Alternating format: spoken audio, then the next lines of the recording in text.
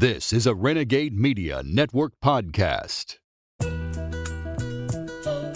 You are now listening to the Counterflow Podcast, a place for dissonant voices and unapproved opinions. You get split in fucking half, but I call the hologram graph. But I am the center inside the placenta of math. You clash with cyanide gas and die fast. Rhythmical equivalent of solids, liquid and gas. We smash your sinus with the power of Lord Titus. But I am the virus inside of the iris of Cyrus. Here is your host and humble narrator, Buck Johnson. What's up, you guys? Welcome back once again to another episode of the Counterflow Podcast. Great to have you with me once again. Another episode, another week. I hope you guys checked out the bonus episode that dropped with the guys from the Libertarian Christian Institute. Hope you guys enjoyed that. And you will enjoy this. And I have to say, as I record this, now see, once you're listening to this, this will have already happened, but I'm really excited. Tomorrow, I'm headed to Lake Jackson with my wife, Brittany, and we are going because we're attending the Mises Institute Ron Paul event that they've been having every year in Lake Jackson. Also, as I've said in many episodes, we are having the Counterflow after party. So as you're listening to this, I hope we had a great time at that. And I haven't said anything about this because I didn't want to say anything prior, but this episode drops after. So I will say I am so excited that we've been invited to the home of Ron Paul for his private dinner that happens every year the night before the big event on that Saturday. So I will just say this, what an honor and a blessing this is to be able to attend a dinner at Ron Paul's house. Most of you listening to this episode know how much of a role he has played in my philosophical and political worldview. He really has, and I know he's been the same for a lot of you. I say without hesitation that he's easily the greatest congressman in the history of this country, and that's easy to say, but it almost puts him into it pigeonholes him like he's so much more than the greatest congressman that's ever lived. And so I don't want to even pigeonhole him in saying that compliment because he is so much more than that. And see, I'm getting all kind of emotional just talking about it. However, I wanted to tell you guys how honored I am to get this invite. And we will be at Dr. Paul's house tomorrow evening. I believe Tom Woods will be there, of course, and Jeff Geist and several other people. I assume Scott Horton too, so it should be a good evening and then a great weekend overall. And speaking of the Mises Institute, my guest today is from the Mises Institute. He's a young man. When you see this guy and hear this guy speak, if you're my age, you're going to go, man, where did I go wrong? Because he's a young man and he's quite intelligent. We'll just put it that way. You guys know him. Some of you know him. And if you don't, you'll realize why I say that. This is Patrick Newman that I've got on today. I had him back on. He put together basically the progressive era. It was a Rothbard book, but he edited the version that came out, and that was in 2017. I had him on back then to talk about the progressive era. And some of what we talk about today has to do with that as well. I assume you know the term Cronyism. We hear it often these days, and sometimes they call it crony capitalism. Patrick Newman does not like that term. We get into that a bit, and he explains why.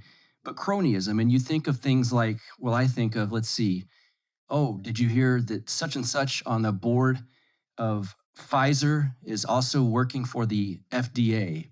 And obviously we would call that cronyism, right? We see that quite a bit. What I didn't realize, and I should have realized this, and maybe I did, and I just didn't think of it in these terms, but it's been happening for centuries.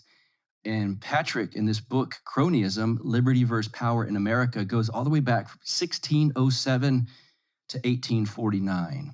And so we're going to talk about the roots of this terrible thing called cronyism, and I'm going to bring it up to the current time and kind of let Patrick explain how it's still happening and some examples we might be more familiar with. And then I wonder, and I ask him about this, he looks at it through the Rothbardian lens, the history of cronyism in the lens of liberty versus power. And it seems like power often wins, right? Especially when cronyism is concerned, because it takes power. It takes power to be able to achieve cronyism. And it makes me wonder, does classical liberalism, as it's rooted in the early history of this country, does it have a fatal flaw that always seems to give way to power? And I asked Patrick about that. So we also get in. He's very good on economics, and so we do get into the current economy because I have questions about that I wanted to ask. If you can hear my French bulldog George in the background snorting like a French bulldog tends to do, I apologize. But yeah, I asked him about the current economic issues we're facing and how long he sees some of these issues going on. So let's get him in here right now. Dr. Patrick Newman is a fellow of the Mises Institute.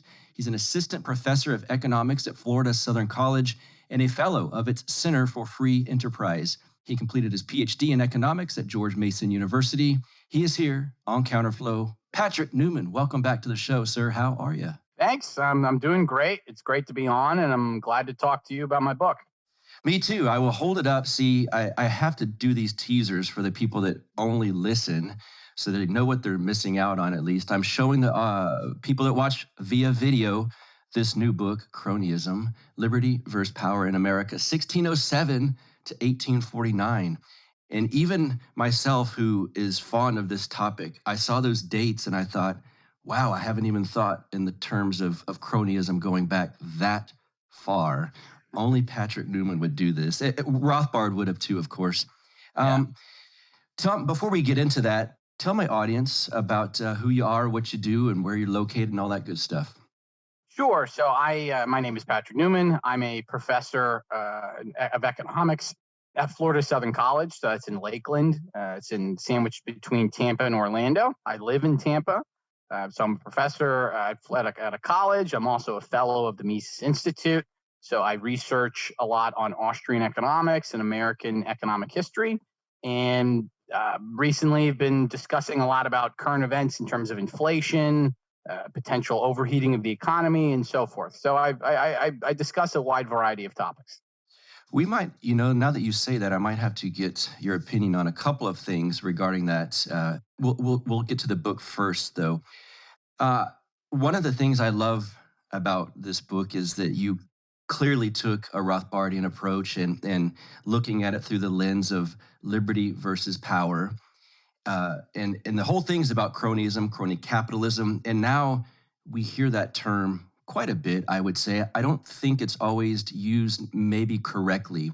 So as we dive into this, or before we dive into it, I should say, can you kind of give a blanket understanding for people listening of what cronyism actually is? Sure, that's a great question, especially because there's often many people often use the phrase crony capitalism, which actually I sort of eschew in my book. I mainly focus on cronyism. Okay, so what is cronyism? It's special interest policies, right, that benefit certain interest groups at the expense of the public overall. So these include central banking, protective tariffs, internal improvements, government subsidies, various foreign policy maneuvers, and so on. Traditionally, when government intervention, both past and present, is proposed, such as the recent infrastructure bill, et cetera, it's always done with the rhetoric of the public interest. This will help the public interest. We've got to do something that the market cannot do, et cetera. So the government is here to lend a helping hand. In reality, as I explain in the introduction of my book, and as I show through various empirical examples in the actual text, this is really just kind of what I describe as a thin veneer. It's just a cover. So politicians, they obviously have to say that. They can't say, vote for me, I'm going to benefit certain special interests. They're not going to win. Instead, they use this public interest rhetoric, which really just covers up the government favoritism and the special privileges that are bestowed upon certain interest groups. So that's really what cronyism is. I try to focus more on the term cronyism rather than crony capitalism, because I think cronyism is separate from capitalism. Capitalism is the free market. Capitalism actually has no government or no cronyism at all, because there's no government intervention, right? Cronyism is a more broader term, just focuses on the government privileges, and it also can focus on a lot of political and election sort of cronyism, various types of election rigging or other sorts of things politicians will do to benefit themselves. So there's also political cronyism, not just market-based cronyism. And it is one of these things, I think, that it's so unfortunately built into our system of government and corporations and whatnot, that it now, a lot of people, certainly on the left, look at it and think that is capitalism. That's why I don't like capitalism, because it makes these fat cats very rich at the expense of the poor. Can you talk to that really quickly? Yeah, because this is a very important point that I try and mention a lot.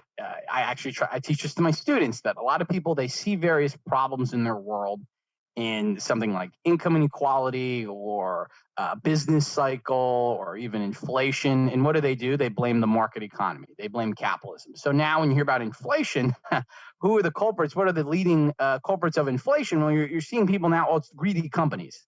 They're taking advantage of consumers. They're jacking up prices. So instead of inflation always being a monetary phenomenon from the government printing too much money or artificially restricting the supply of various goods like labor, services, and so on, well, now it's due to businesses. So this is something that needs to be corrected, where you need to actually explain, okay, no, the market does not lead to these consequences. The market leads to actually lower prices of goods and so on. And that these problems that people think are due to capitalism are really due to cronyism. And it's important to show, historically as well as in the current era, the year 2021, what the market is actually doing to benefit people and what the government is actually doing to harm people. You say early on in the book that you're taking a, quote, old-fashioned approach to telling this history and discussing America's great men.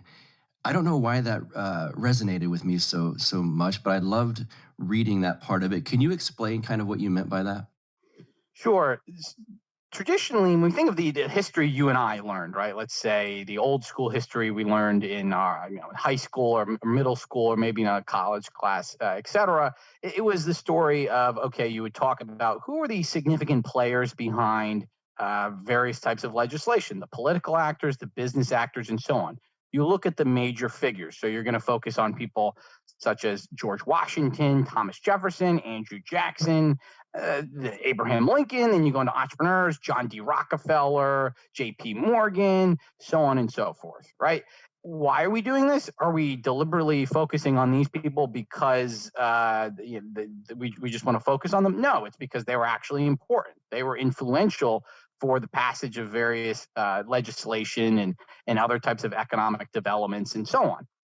Recently, over the past several decades, especially over the past decade, there's been a tendency in history to sort of move away from that approach and instead focus on race, gender, and class issues. So you're supposed to focus on the bottom up. Okay, how was not what did Andrew Jackson think about the Second Bank of the United States, but what did an individual small entrepreneur in Pennsylvania, I don't know, think about this? Or how did this, we need to broaden our focus away from white men and look at women and minorities and so on and so forth. And this is a history that I think is ethically pleasing. It makes this feel good, or makes certain people feel good, but it's not actually accurate. It doesn't actually describe why things happened and why they were important, right? And that's the point of history. We're trying to understand the past. So back then, certain individuals were important for history.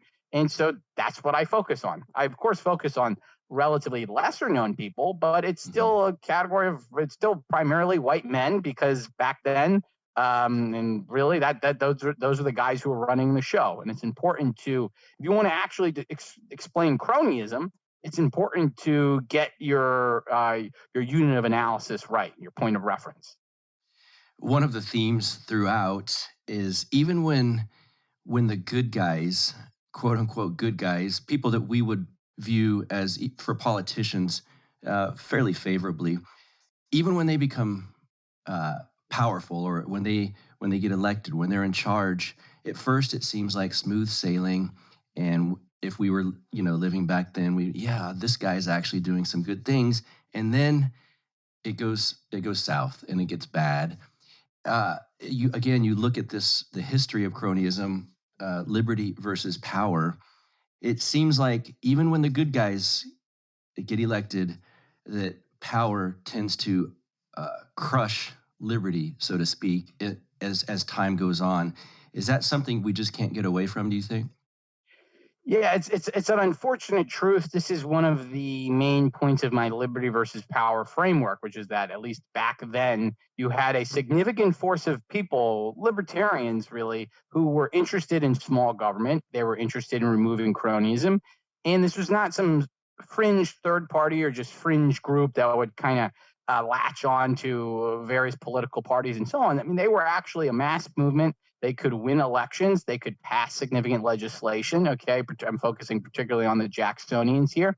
And you would expect that when these forces of liberty have control of the government, cronyism would go down. And to an extent, that was true. But you also later on start to see cronyism go up. And what happens is, yeah, you're exactly correct. They get corrupted by power, right? Because they say, well, there's a next election around the corner. We need to expand our base. We need to now focus on other goals, etc. By corruption of power, I'm referring to the fact that they're incentivized towards their own cronyism. And you still see this today, right? As you mentioned, there's going to be some starry-eyed reformer that says, I'm going to go to Washington and I'm going to change the system, right? And in reality, they end up, they soon realize, well, this is just the way it is. I've got to, get my cut of the pie, so to speak. And it really is problematic because the traditional solution, we've got to reform Washington.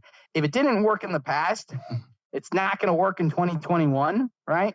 And really the only ways of meaningfully achieving reform are trying to break away from the system, not trying to reform it. That's really where you're only going to get, you're going to avoid at least avoid the most any sort of corruption of power. You use a famous line in this book from Lord Acton, and you kind of give it your own spin, and I like that because I'll get to it in a second, but incentivizing, that's such a thing that people miss, is looking how power is incentivized through this system. And I think, I don't know, maybe it's this nerdy niche of people like us that see the incentives, and that is how people react based on that. And it's hard to really get away from that. And you say power tends to incentivize cronyism, and absolute power incentivizes cronyism absolutely, which again, I think so many people ignore incentives when it comes to watching human behavior. And in fact, I think people generally prefer security over liberty. And so there's the incentive, again, for the politician and the people high up in these corporations to pretend that what they're doing is giving people security of some sort. Can you speak to the nature of incentives and how that tends to corrupt some people when you're in power? Absolutely. Incentives, a very important concept. At least you think if you're changing the constraints that someone faces. So when you think about a traditional politician, all right, what are the incentives they face? Well, they have elections, they have to win, right? If you're a congressman, it's every 2 years. And if you're a part of a major party, you're still, even though you might not be up for election, if you're a senator or president, every 2 years, you're always focusing on every 2 years, right?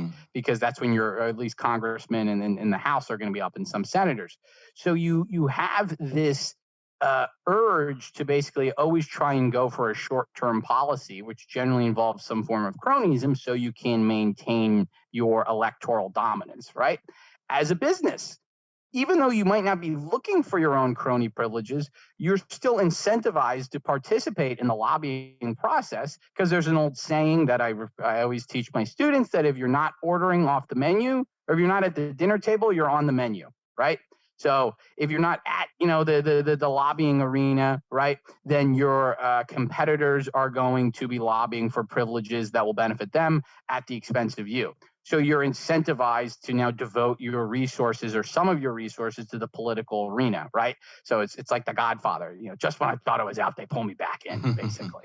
And this is a powerful problem that really does lead to people supporting various types of special privileges. It's that you're drawn into the political arena because if you do not push for your own privileges, someone else will. So this is something that incentives continually face every sort of relevant actor. It faced the people in the past, particularly the problem of land acquisition incentivized the two great libertarian parties, I would say, or factions, the Jeffersonian Republicans and the Jacksonian Democrats, to support their own types of cronyism. And of course, today the situation might be different. We're not focusing on land expansion anymore, but there's still the same type of incentive structure that leads to cronyism. That really just comes from having government power. Yes, yes. Hey guys, I just wanted to tell you about a friend of mine. This is not a paid advertisement. This is not an ad. This is a personal, heartfelt message. A friend of mine, Dale Watson, who's a wonderful country singer. If you like old school, honky-tonk, real deal country, you either know of Dale already, or if you don't, you definitely should. His stuff's over at dalewatson.com. He's been doing this for decades, and he is on our side when it comes to some of these current issues. I almost can't say them because I'll probably get kicked from YouTube or something, but let's just say this. He typically plays on this cruise, and it's the Outlaw Country Cruise. Well, he's not going to be able to attend and play on this cruise anymore because they require something that he doesn't have. In fact, he's got the natural version of what they require, and of course, that doesn't count. And so he's taken a public stand, and I applaud him for this, and I wanted to get this message to you guys. Go to his website, dalewatson.com. He's on Instagram, he's on Facebook. Buy his stuff, because we should be supporting artists like this. When you take a stand, and it happens to be one that you and I probably take, obviously in the mainstream it's not always popular, and artists that make their money on being somewhat popular can suffer a bit. Now, I don't think Dale's going to, but you never know. He got some pushback on certain sites. Go give him some support. Tell him Buck Johnson from Counterflow sent you. If you love old school country music, you will love Dale Watson. I guarantee you that. And I just wanted to say this on this episode really quick for him because he just did this. I'm proud of him. I'm proud to call him a friend. And he is an excellent performer, country singer, and a guitar player. DaleWatson.com. Check his stuff out. Some people in our circles preach the legitimacy of the Constitution, and you'll hear, well, if things were just, we could go back to the Constitution, everything would be okay. That's the way you check government power. That's the way you do X, Y, Z. It seems from reading your book, one might find that it didn't take very long for the Constitution to not work very well. Can you speak to that? Yeah, so this is something I take from Rothbard. Admittedly, is a controversial point. So I'm sort of anti-Constitution. I don't think it's a limited government document. It wasn't designed to be a limited government document. The Federalists at the Constitutional Convention wanted it to be a big government document. They might have used rhetoric otherwise, but that was, again, they're lying. They're trying to appeal to a certain base to get people to support the Constitution. The vague clauses, necessary and proper, general welfare, et cetera, that have become such notorious escape hatches for all sorts of government intervention were designed to do that, were designed for that purpose. So the Constitution, as we think of Washington, became president in 1789. Within 10 years, the federal government had a central bank. It started to have protective tariffs. It had assumed the state debt, and it had a permanent national debt. It had a standing army. It passed internal taxes, such as on whiskey, which the standing army then suppressed the rebellion with. We were involved in a quasi-war with France. We had passed the Alien and Sedition Acts without any regard for the First Amendment. Okay, so all of these things that libertarians say, well, the Constitution, is a bunch of thou shalt nots, isn't actually true, looking at historically. Now, where does that strict constructionist view of the Constitution that you and I love come from? It doesn't come from 1789. It comes from 1798, particularly Jefferson's Kentucky resolutions, right, where he articulates the doctrine of nullification and potentially secession, and he really breathes life, we could say, into the 10th Amendment, which says that all powers, not delegated to the federal government, belong to the states and et cetera. And so Jefferson, as well as disgruntled anti-federalists, people who fought the Constitution in the 1780s, sort of swing around. They swing back to it and they now support it. And this is where the Constitution got its limited government meaning.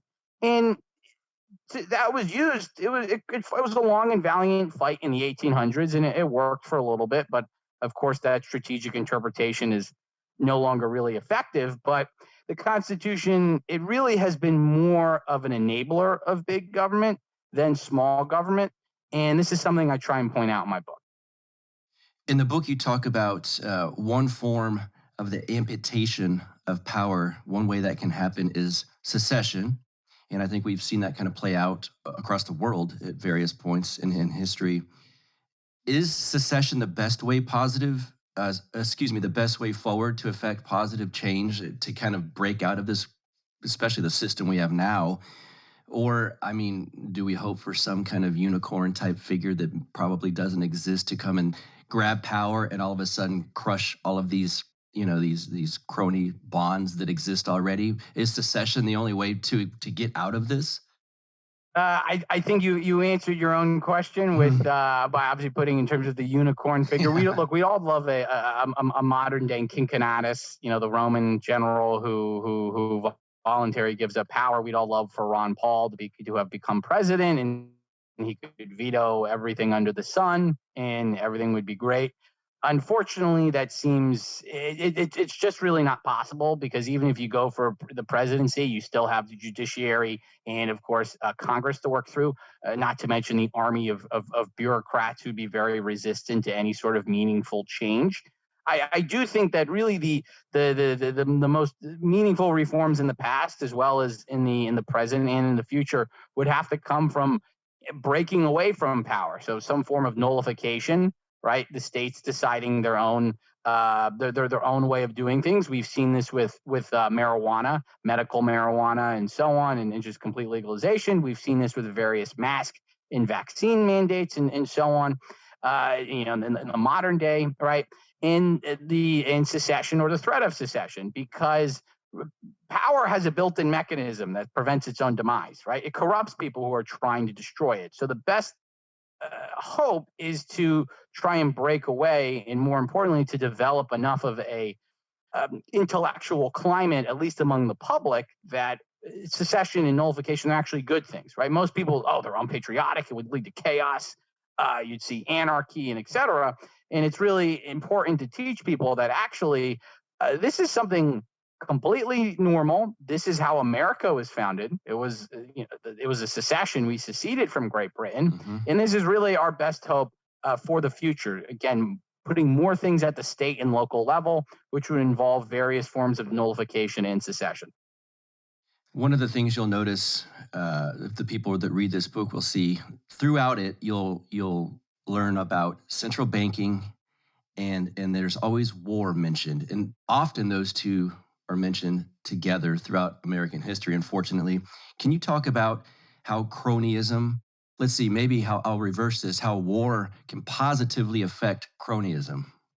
Yeah, so war is a very important driver of cronyism, and I argue that when it comes to the wars in early American history, the War of 1812 and the Mexican War, those were huge drivers of cronyism, because they led to large spikes in power, right? The government taking over the economy to commandeer the war effort, et cetera. And that led to various forms of cronyism. So the War of 1812, as I argue in my book, was actually driven by a motivation from Jefferson and other Republicans, unfortunately, at this time, to take over Canada and Florida. They wanted to continue to expand the empire, so this meant they wanted to snatch British Canada in the north and Spanish Florida in the south, which was at the time allied with Britain.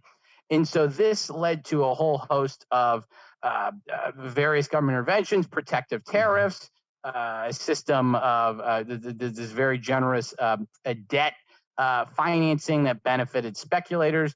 Central banking, later on, the Second Bank of the United States was established in 1816, right? And so this led to a huge burst of cronyism.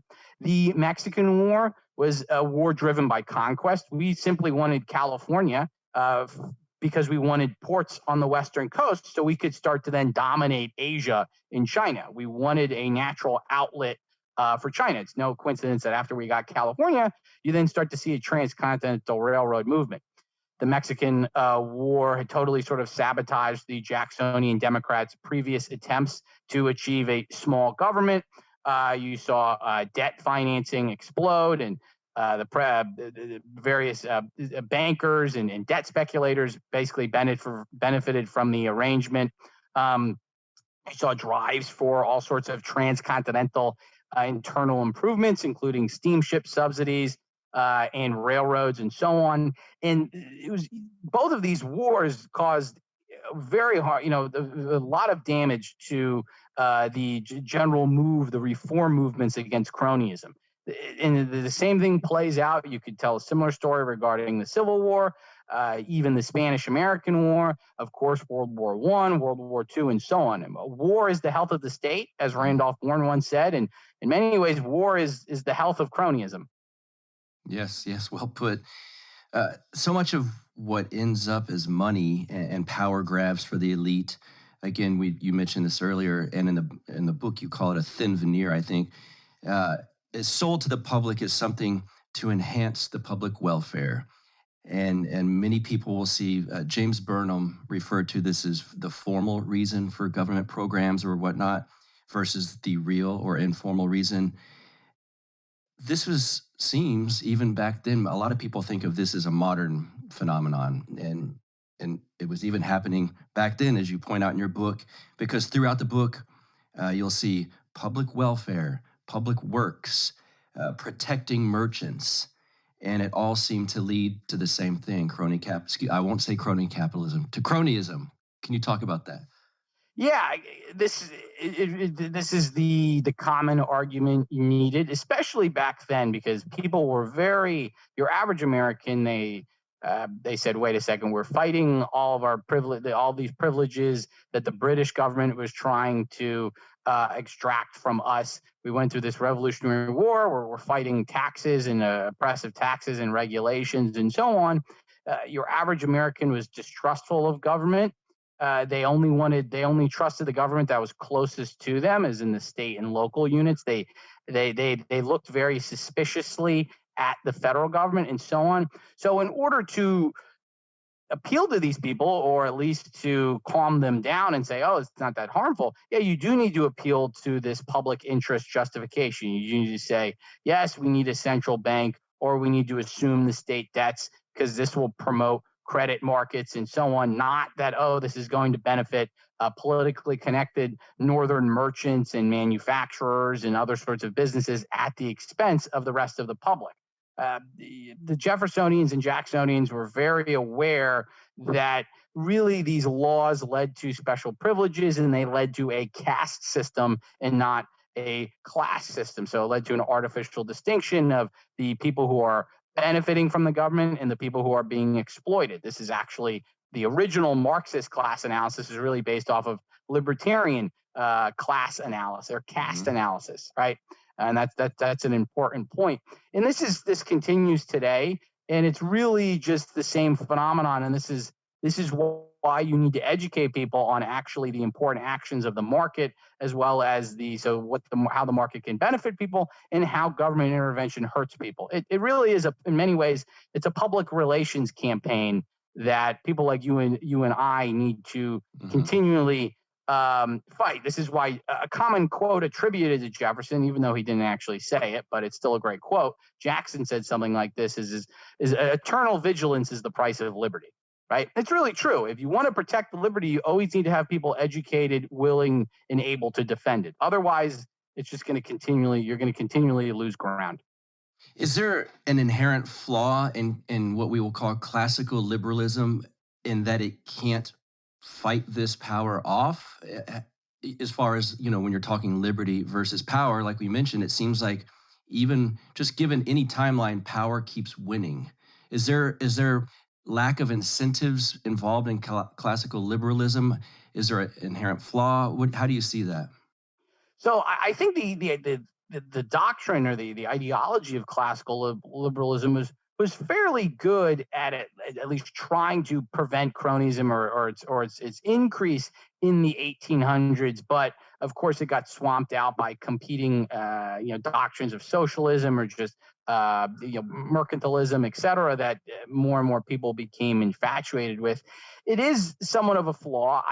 One of the issues is less to do with the ideology and it has to do with the particular holders of that ideology. They just thought that originally by the mid 1800s, once you teach people about this stuff, right, we can go home, right? So it's good to go, right? You pass the test, so to speak, at the end of the semester, and of course, every student, you're going to remember all the information and so on, right? And that's not the case. And that actually, it really is something I really do stress that quote. Eternal vigilance is the price of liberty. So it's the fact that you continually have to teach people about these things. You can't just assume that classical liberalism, it's the final step. Once people have learned it, well, then they're never going to forget it, and it's going to be great, right? Because there's always going to be some new threat that will come around, right? And 10 years ago, everyone was talking about business cycles and the Federal Reserve, right?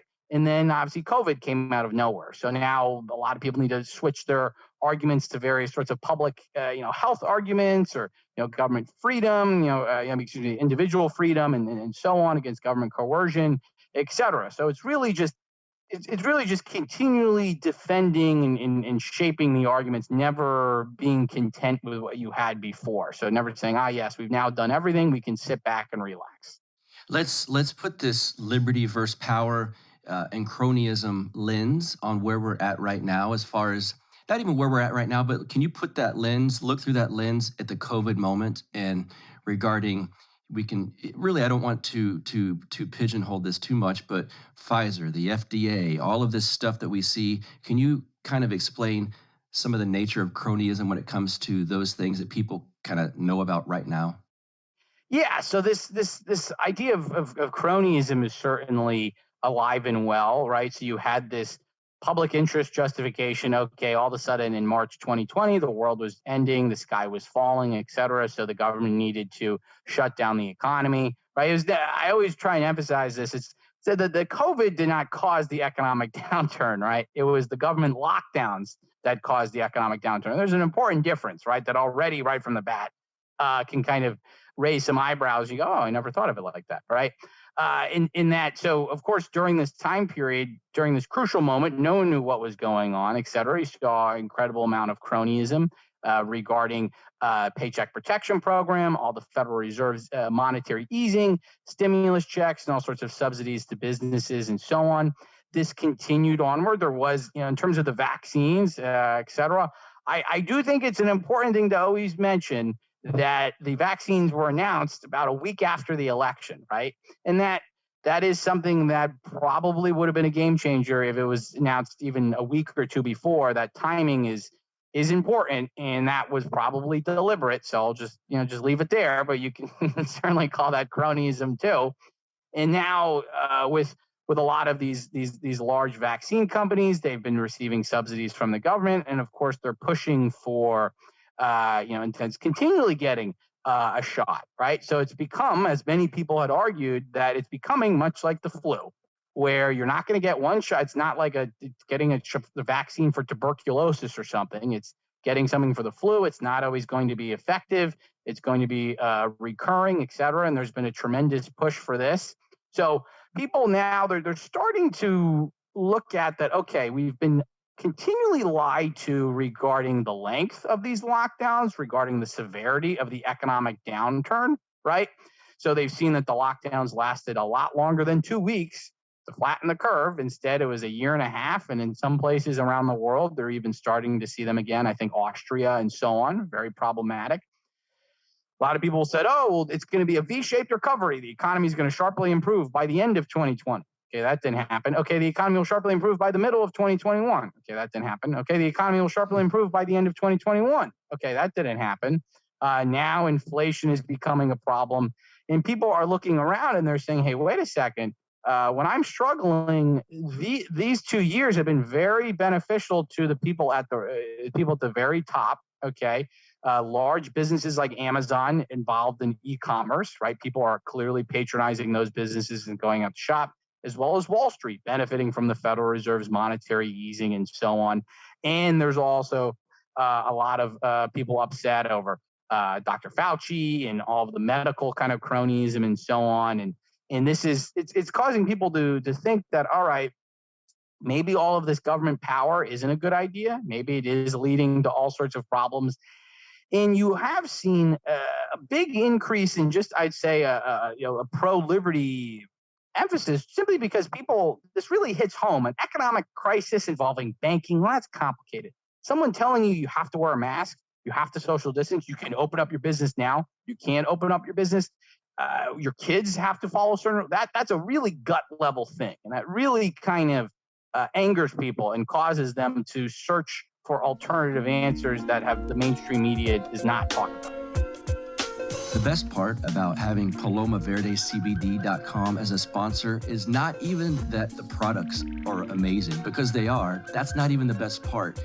It's once you order these products and use them over and over, you know, because I'm telling you, that you're supporting a truly good couple, the people behind PalomaVerdeCBD.com, Carlos and Vanessa out of San Antonio. Very wonderful people, hardworking, and very much like-minded. And they're providing you these wonderful products, the mint CBD tinctures. Check this out, the sleep bundle. I know sometimes some of you have issues sleeping. It's very common these days. You won't once you buy their sleep bundle. They've got the CBD gummies, of course. They've got soft gels, salve sticks. I've ranted and raved many times about the cool menthol sports cream. Those of you guys and ladies that work out and lift and you get a little sore, I'm telling you, this is the absolute best sports cream I've ever used. And you've heard it many times, but I can't brag enough on their pet products, the CBD dog chews and the pet CBD tinctures. Both of my French bulldogs, George and Lux, both use these products. They may not know they use them, but I can tell you, Lux is the old one. He used to kind of waddle around like a little old man French bulldog. I put the CBD tinctures on his food every morning, and now he can actually keep up with his younger brother George, who darts around the yard and chases squirrels. But I put these CBD dog chews and the pet tinctures in their food every morning and every evening. You will not be sorry if you give these guys business. Help out your sleep, your muscles, your anxiety. They've got stuff for that, of course, and your pets. Everything here is wonderful and good, as are the people behind the business. And of course, since they support this show and you listen to this show, you get 25% off your entire order when you type in promo code BUCK. That's me, of course, BUCK, B-U-C-K, at checkout. Get you 25% off of your order when you go over to PalomaVerdeCBD.com. Please give these great people some business. You will not be sorry. And you're helping out the Counterflow podcast. You're helping us keep the lights on, as they say.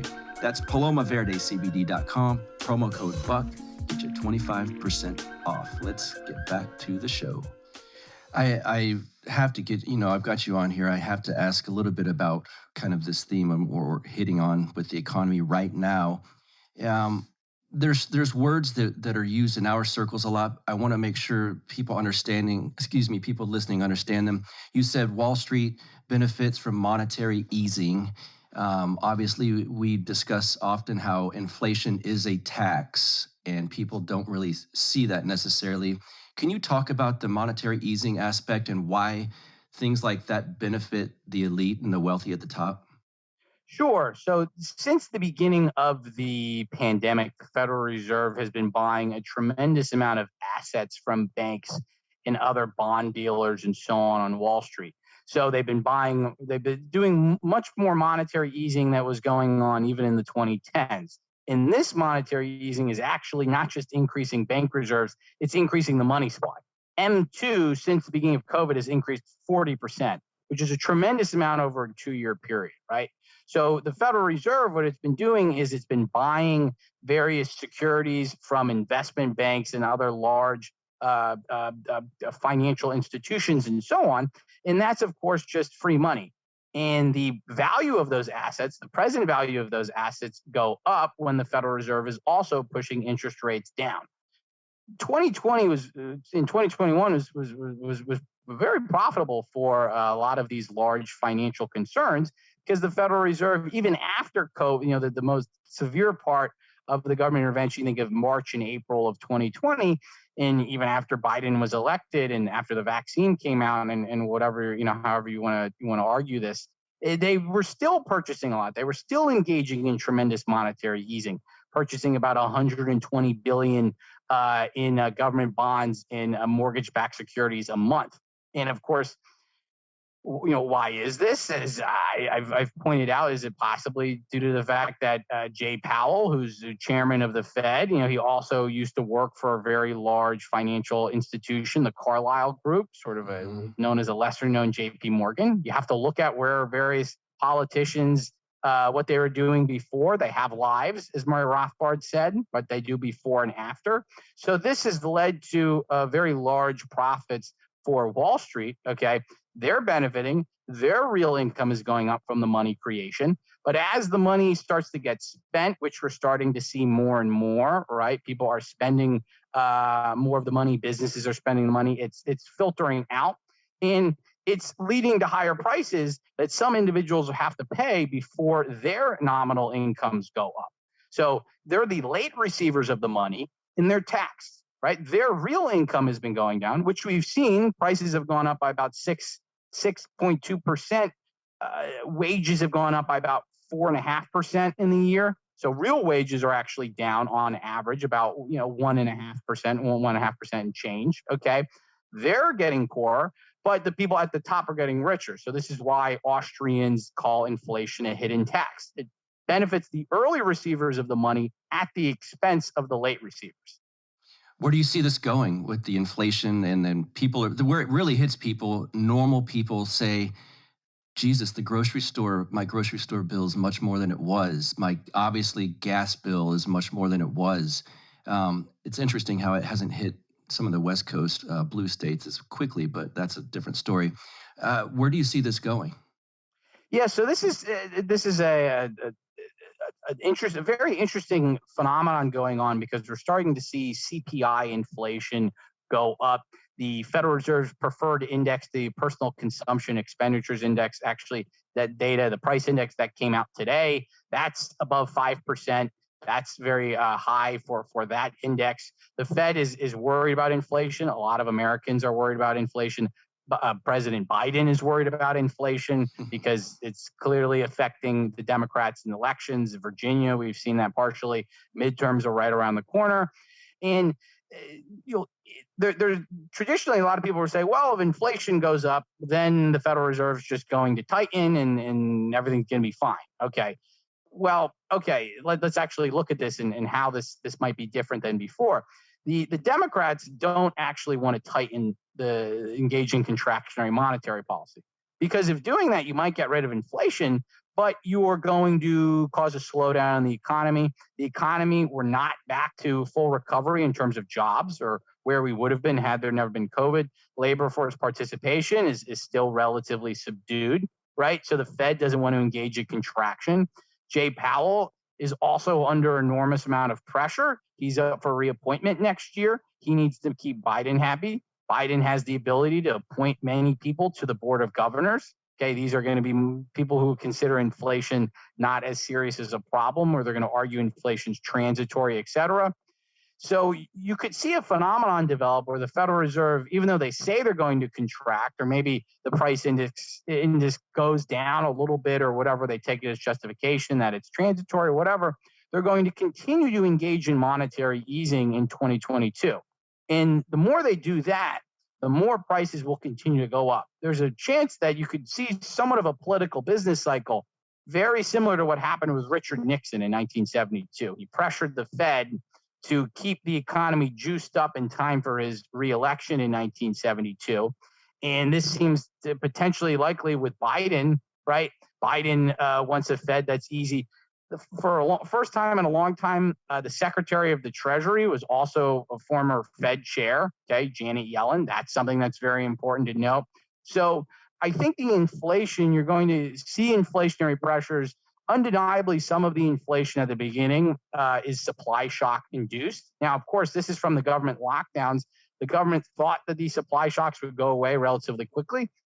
They have misestimated the severity of the government lockdowns. They simply thought the economy was like a light switch. You can turn it off, then you can turn it back on, and everything's great.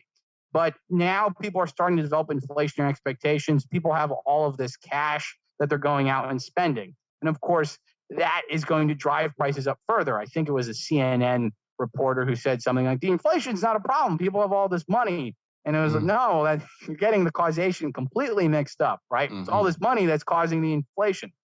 So I think inflation there's a potential that it can remain at relatively high levels that people are uncomfortable with. There are components that might go up or go down. In the short term, I think gas prices are somewhat stabilized, but rent prices are going to continue to go up and be reflected. Inflation will it's certainly now becoming a problem that politicians have not had to deal with for a long time, and it's going to force some tough decisions. I would be remiss if I didn't have you on discussing this book, and if I just let you go without talking about the Jacksonian Revolution. Tho Bishop he would be upset with me. So I want to ask you about the Jacksonian Revolution and maybe some of the lessons that the modern right and the kind of spirit that's enveloped the modern right, what they can learn from the Jacksonian Revolution. Yeah. So the Jacksonian Revolution, you think the Jacksonians, they founded the Democratic Party. It's the same party structure. Now, of course, very different policies back then. It was sort of a small government party designed. They really wanted to fight against cronyism, fight against Henry Clay's American system, which I think Tho and I have settled on. That's like the earlier, the Great Reset, right? So we have, that was this idea you have to centralize government power, all sorts of new government interventions, central banking, protective tariffs, government spending, and all sorts of stuff like that. The Jacksonian movement was a big reaction against that. And I think one of the reasons why I spoke about it is, I did want to focus on how we can learn from them in the present. The Jacksonians, they were very states' rights oriented. I think this is important to note.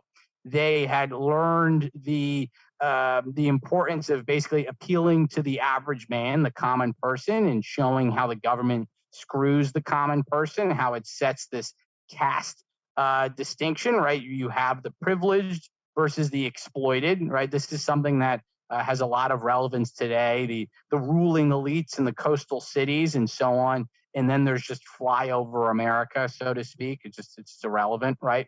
And this is important to show, right, that there's actually government cronyism that's creating these distinctions and so on.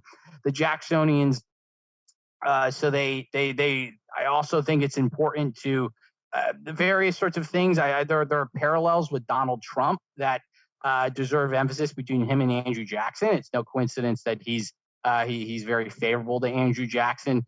Jackson was very big on executive power, or sort of having an informal kitchen cabinet, as opposed to his actual people heading departments and constantly switching people around, creating all sorts of confusion. Donald Trump did that.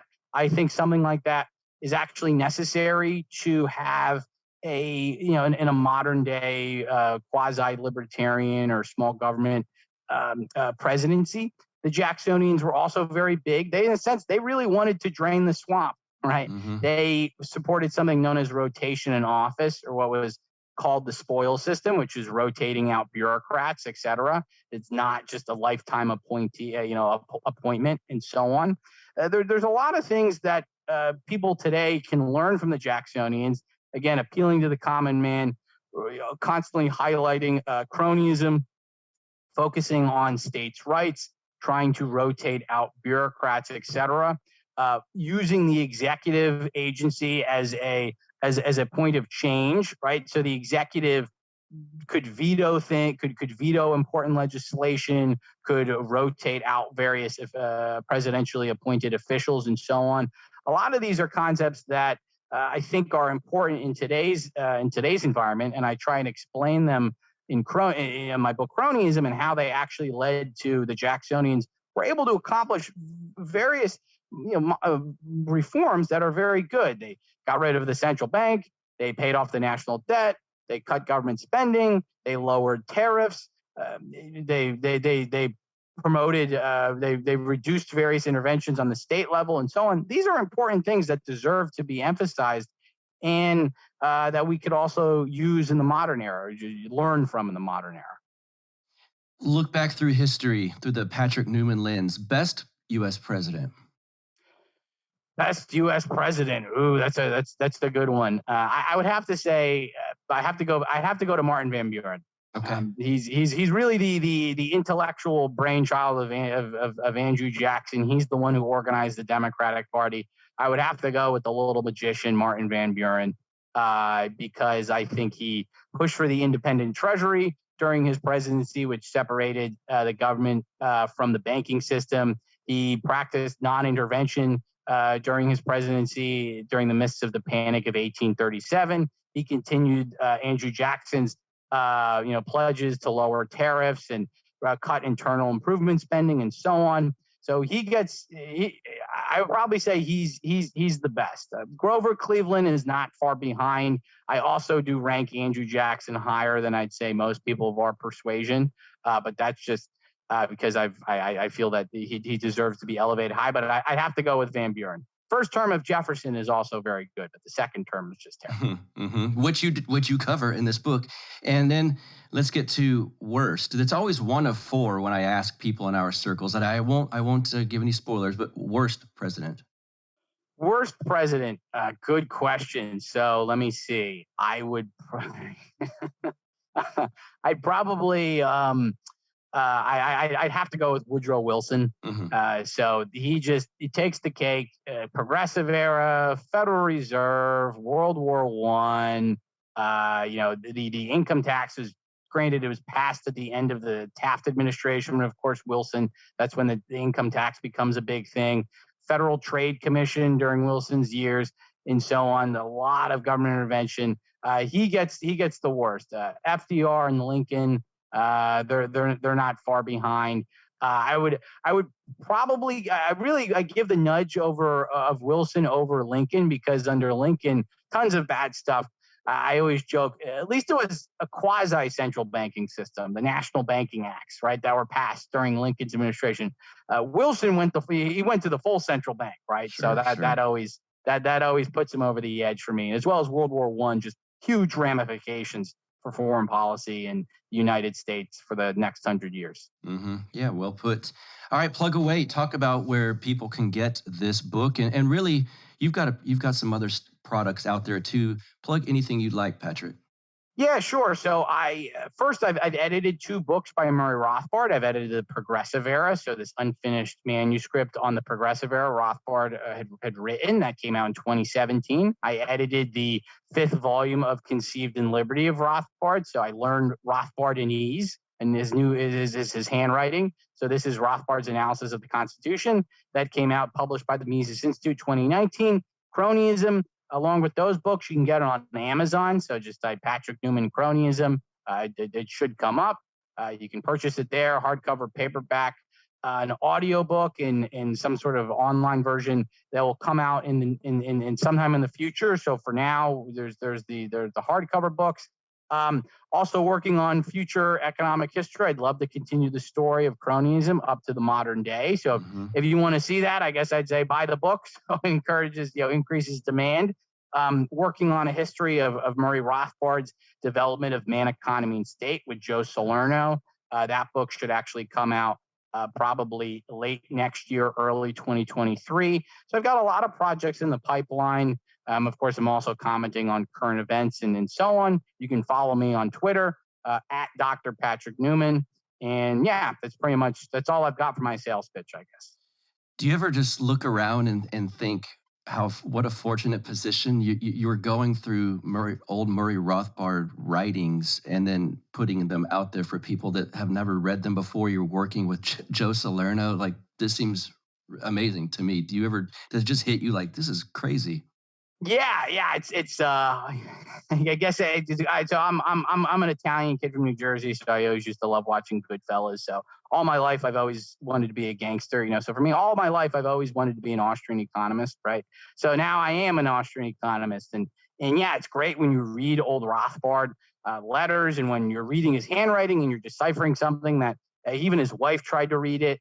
No one had read before, and you're just able to let other people learn about it. You're able to work with other Joe Salerno, other prominent Austrian economists, etc. Yeah, it's a great privilege. I feel like a kid in a candy store, and when I wake up, I say, "Wow, I'm able to do something I love," and I'm just very fortunate that other people value my work, and that the Mises Institute values my work, and that I'm able to go on various podcasts such as yours and talk about it and have people be interested. I was pretty happy a couple days ago. Rob Schneider tweeted about my book, so he had a picture of my book, and I thought, wow, that was really cool. So yeah, it's honestly it's a great feeling. Yeah, you really do feel fortunate.